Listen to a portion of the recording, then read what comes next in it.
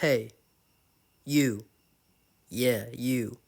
Do you have a shitty device? Do you have shitty frame drops?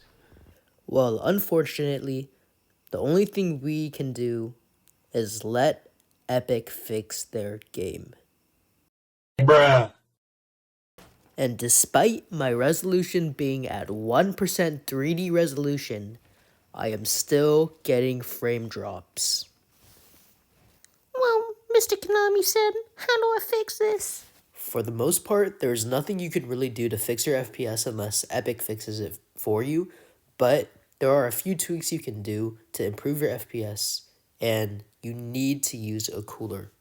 Alright, so this is my cooler. It's called the IET 500, and yes, this is my setup. I literally just play with a cooler and my iPad on my lap. This is my FPS without a cooler.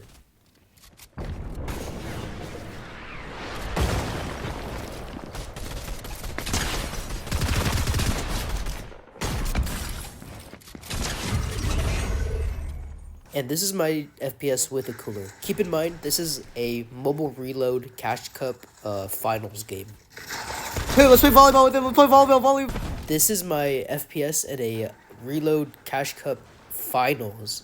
So notice how my FPS with a cooler is better in my end games than it is in regular ranked without a cooler. Okay. Okay, thanks. Watch out, impulse. Let's drop a bit. Right here. Dead. Stomp, dead. I'm getting the mats. I got mats. So even though us mobile players all experience horrible frames, I will teach you how to become the best mobile player you can possible. Alright, so what we want to do is download Coder Code Editor, this one. Now to get into your files, go press the plus button, then go to on my iPad, then go to Fortnite client iOS, Fortnite game, saved, config, iOS, game user settings.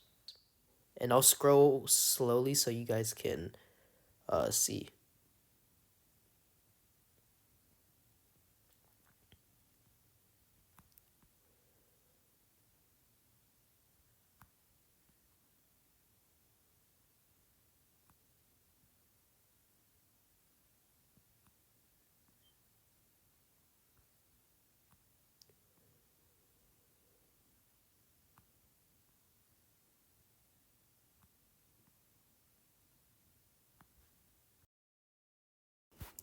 Alright, so the most important thing in Fortnite Mobile is your HUD layout. So personally, I use a 7-finger claw and I will put the format right here. Honestly, I don't suggest that you use my HUD because it is very hard to use, but here it is.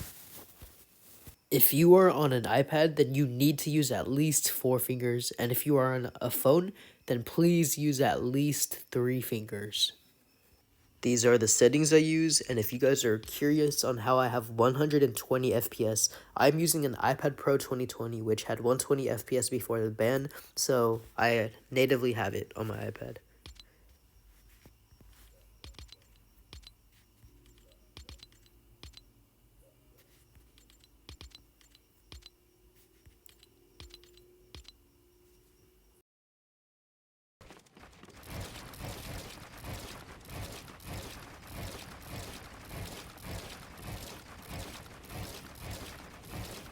You want to put a cone and a floor.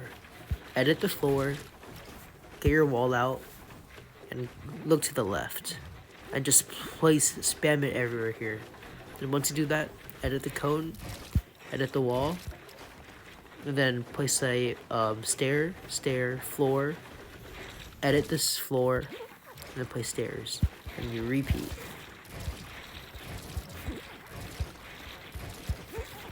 This is the most protective retake I know, and it's the best one that I know. If you do this, you will never get hit in a fight, I guarantee you. When you're fighting, make sure that when you edit the final build, make sure you pull out your pump as quick as possible. What works best for me is that I like to pull out my gun right after I edit the final tile. But honestly, you should have your gun out first and then edit and shoot because it's quicker. The best peek is always a right-hand peek. So what you want to do is edit these 3 tiles, go to the left side of the wall, and then jump and shoot.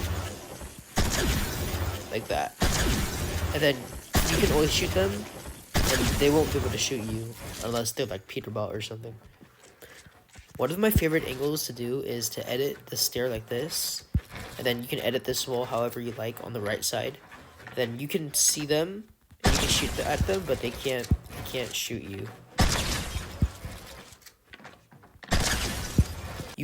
You never want to edit just a full wall like this, because see, if you shoot them, they can just shoot you.